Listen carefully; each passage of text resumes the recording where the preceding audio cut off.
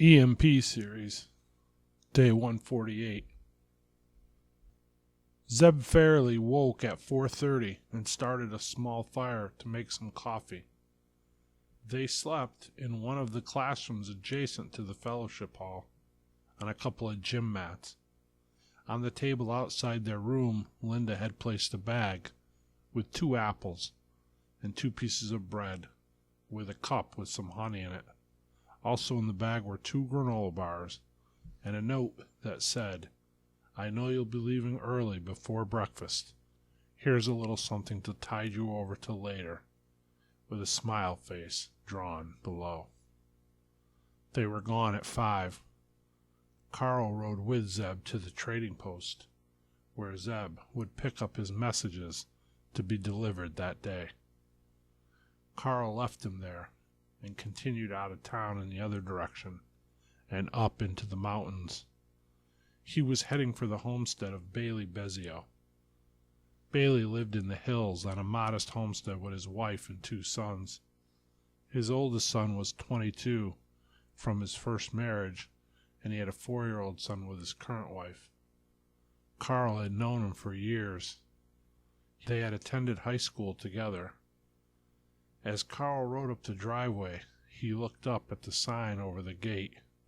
It read, Bezio, engraved in an old piece of cedar. Next to the name was a square box with an X inside it. Carl noticed that there was fresh tire tracks on the driveway as well. A single line track, like a motorcycle would leave. He reached down and clicked off to safety on the .45 in his holster. He then unclipped the retention strap on the scabbard that held the AR-15. Sitting on his horse outside the house, he yelled in, "Anyone home?" "Bailey! Bailey Bezio!" Bailey's wife came to the door. "Carl Fairley, what brings you out here?" Carl tipped his hat.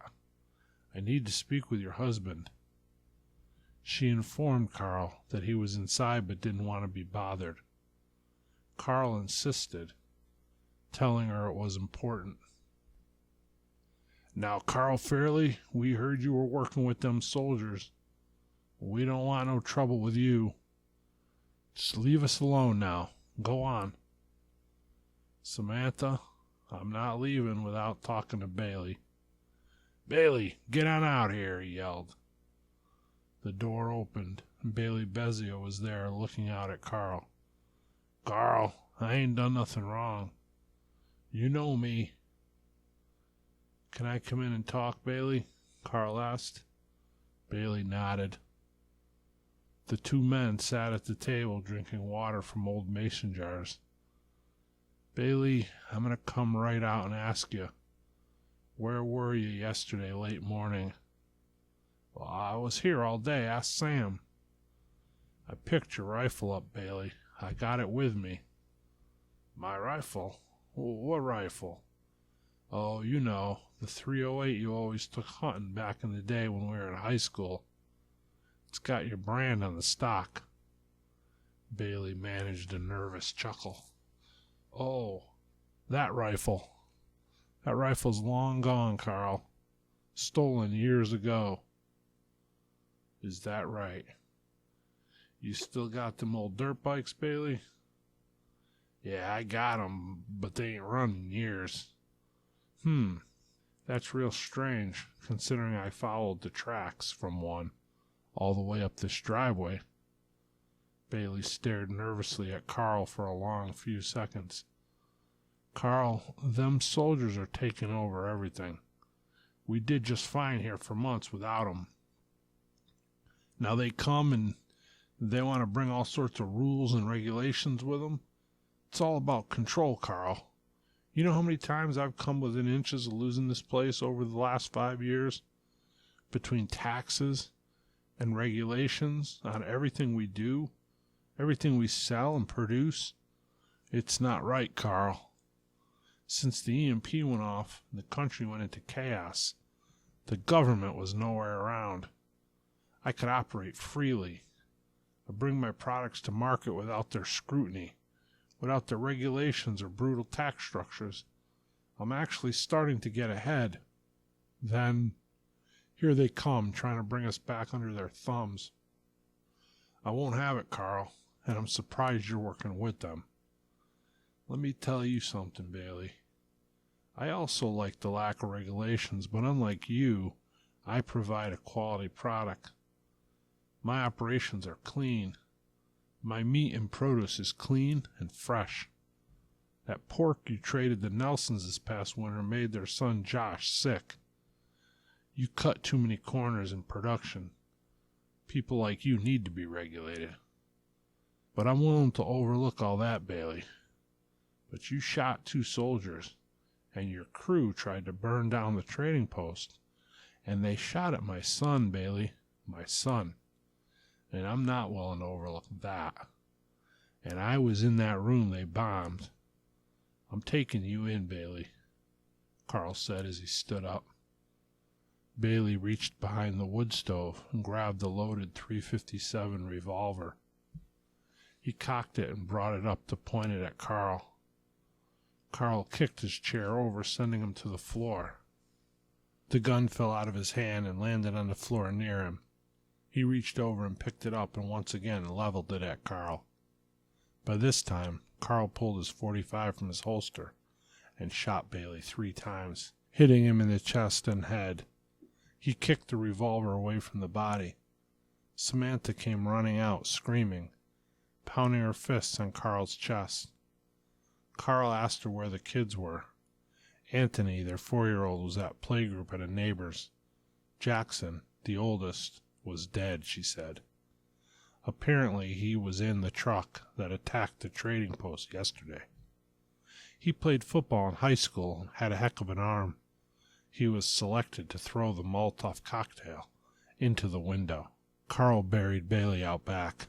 He offered to help Samantha, but she told him to leave and never come back. Carl still had unanswered questions. Who were the other men from the attack yesterday? Were there more in the group out there somewhere planning another attack? He left as she asked. She most likely didn't have the answers, and if she did, she wasn't going to tell Carl. But this wasn't over. In town, across the tracks from the trading post, was the camp where the security detail and the advance workers for the railroad lived.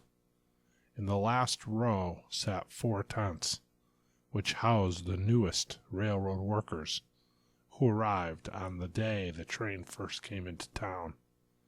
In one of the tents, there was a large man in his 60s.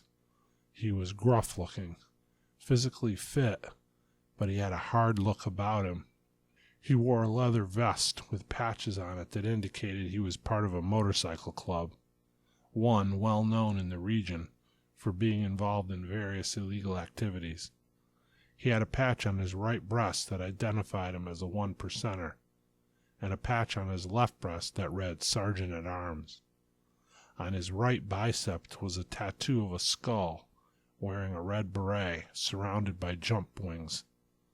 Written above the skull was the word Airborne, and underneath it said, Death from Above. He unpacked clothing from his duffel bag and laid them on his cot and began to unroll them. Inside each one was a piece of an AR-15 rifle, which he quickly and efficiently assembled. Rolled up inside one pair of jeans was a Sig Sauer 1911 semi-automatic .45 caliber handgun. It was black with rosewood grips. The men had been warned when they signed on to the work party that firearms were forbidden, that the military would be providing security details for their protection. This man wasn't interested in protection. He needed the weapons for another purpose. He concealed the rifle under the mattress of his bunk and stuck the .45 into a shoulder holster he wore over his t-shirt. He put a black hoodie on over it and slipped his vest on over the hoodie. He walked out into the muddy row in front of the tents and walked toward the trading post. A young corporal at the front entrance to the post put a hand up to stop him and said authoritatively, "We have a no firearms policy inside the post, sir. Are you carrying any firearms?" Roger thought briefly to himself how easily he could kill this kid. 3 ways came instantly to mind, and none of them involved even pulling out the .45. "No, son," was all he said, as he pushed past him, not so much as even looking at him.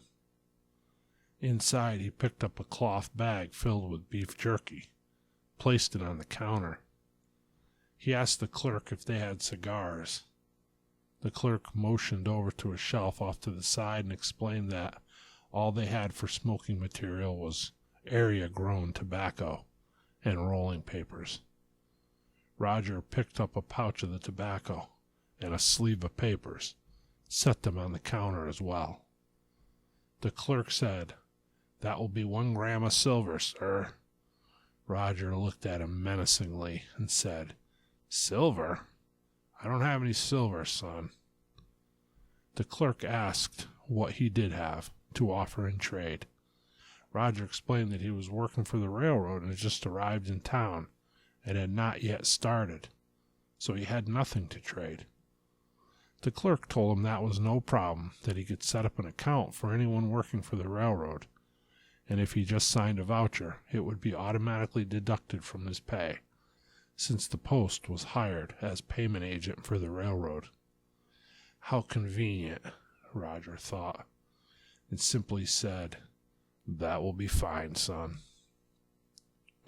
He leaned in, and in a quieted tone he asked, "You know where I can get whiskey in this town, son?" The clerk looked around to make sure no one was listening, and said, "Well, alcohol is illegal, sir." "Says who?" Roger asked. "Major Stillman's orders, sir." Then, in an even quieter voice, he said, "Go down to the end of the street where the metal fabricator's shop is, and go around back. There's an old warehouse with a wooden roll-up door. You'll see smoke coming from the chimney. Rap on the door 3 times, and when a man comes around, tell him I sent you. Name's Freddy." "They got whiskey?" Roger snapped. "Well," said Freddy, "they got corn mash made locally." Roger turned and walked away. When he got to the warehouse, he rapped on the door as instructed. A man walked around from the corner of the building and asked if he could help him. Roger told him Freddy had sent him, as instructed, and he was interested in getting a drink. The man looked around suspiciously and said, "Follow me." He led Roger around the corner and down an alley to a small room connected to the large warehouse. It served as the boiler room for the building back in the day when there was a factory there. Once inside, they went around some debris and into another room that was much larger, set up like a bar. The man behind the bar said, "What's your pleasure, mister? We got corn mash or corn mash?" "Hey, I know. Why don't I pour you a corn mash?"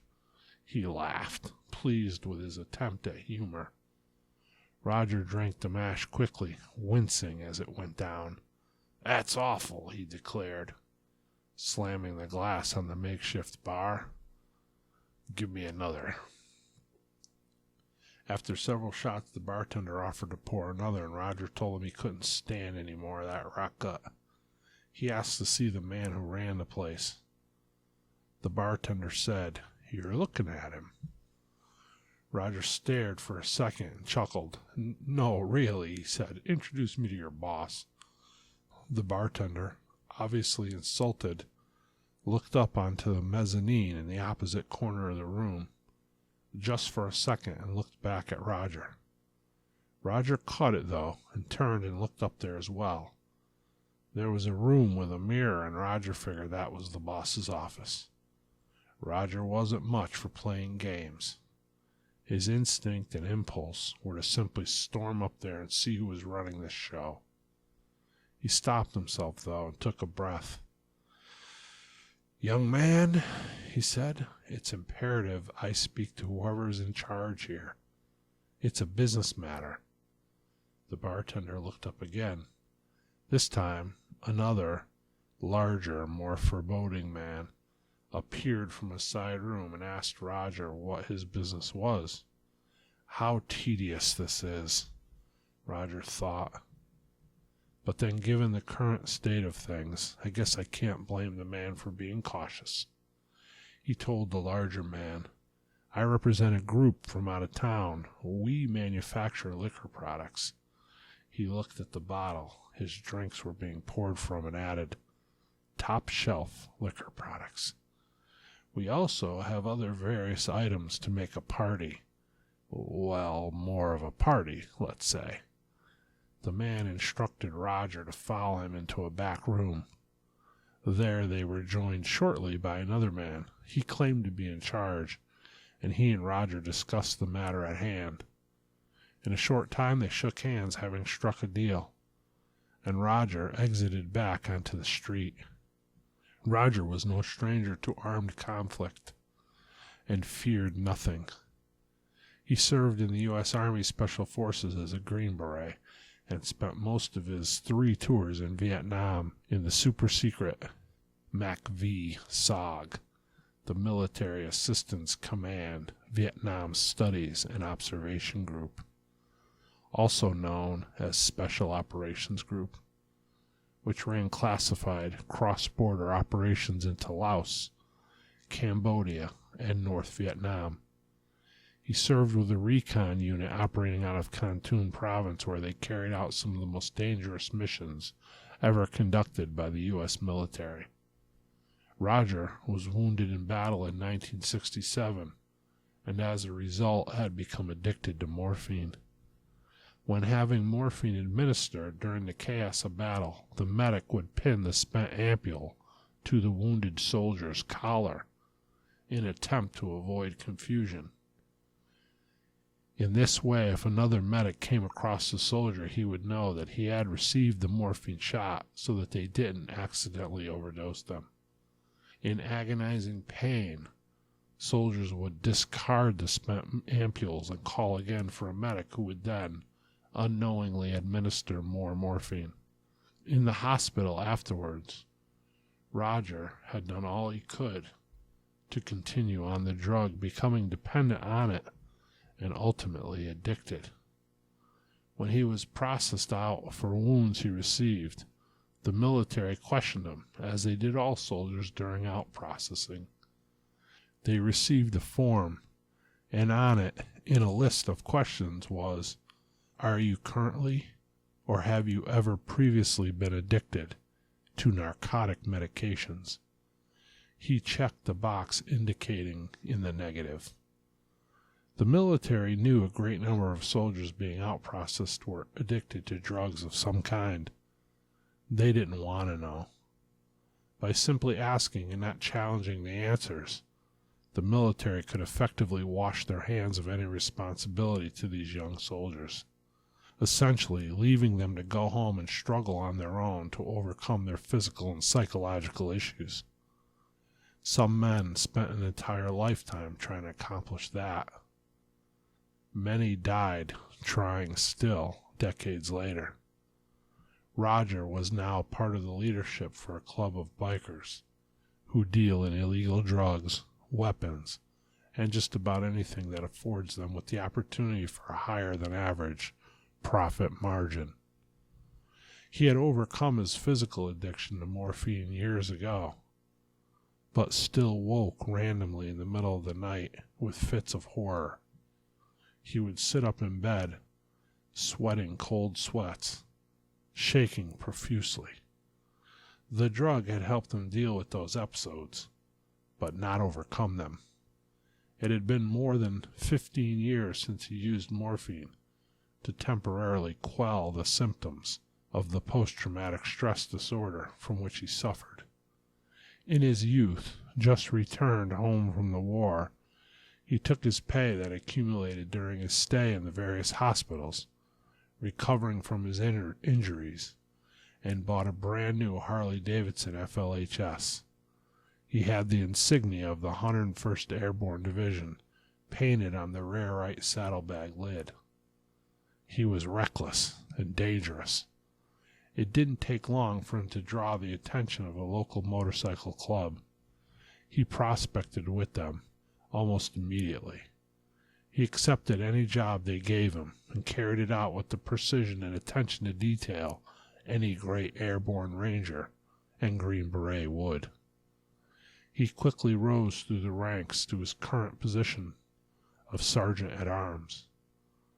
He was third in command after the president and vice president, who were both members when he was recruited, and were also both in their 60s. During this time in a post-EMP world, they made a good living, largely from the manufacture and sale of contraband alcohol. Alcohol was banned in many areas under martial law. Roger and his cohorts would simply steal liquor from anyone who had any of the remaining quality stuff left over from the pre-EMP world, and sell or barter it. They also ran a distillery where they made quality whiskey and sold or bartered that as well. Their preference was silver, but they would barter for almost anything of value, which they would then in turn sell for silver somewhere else. They had a vast network of various types of people, all set up and down the valley, which had been established long ago during their drug and gun-running days. Roger was a point man for the club's operations, and often advanced alone. This drew less suspicion and allowed him to come and go more freely. In passing, he appeared to be merely an older man trying to work and survive in this new society. In reality, he was a seasoned killer, and someone not to be messed with. As he walked down the street back toward the camp where he was now living and posing as a railroad worker, he stopped and sat on a bench on the train platform. He rolled a cigarette out of the tobacco he got on credit at the post earlier. He sat and smoked and watched the activity on the street. It was getting dark, and he could see the fires starting in the camp across the tracks. Tomorrow he would begin his job as a railroad worker. He was actually looking forward to the hard physical labor. He knew if all went well, he wouldn't be spending too much time at that job anyway. His real job here was going well. On his first day, he had established a connection with a new potential customer, and was well on his way to completing his mission. Over in front of the trading post, Leroy McMillan and George Henderson were talking to anyone who would listen. They were laying out their agenda for the newly formed Board of Governors. They were both filled with political ambition. They were both in favor of the railroad, the military assistance, and the emerging New World Order that seemed inevitable. Lieutenant Saunders got up and closed his window to drown out the voices of McMillan and Henderson. Upstairs in the boardroom, Major Stillman stood in the window, listening to every word. When he glanced over toward the warehouse, he saw Carl Fairley looking up at him. He gave a quick wave and returned to his seat at the table. Carl, already on his horse, meandered out of town and up toward the hills, toward home.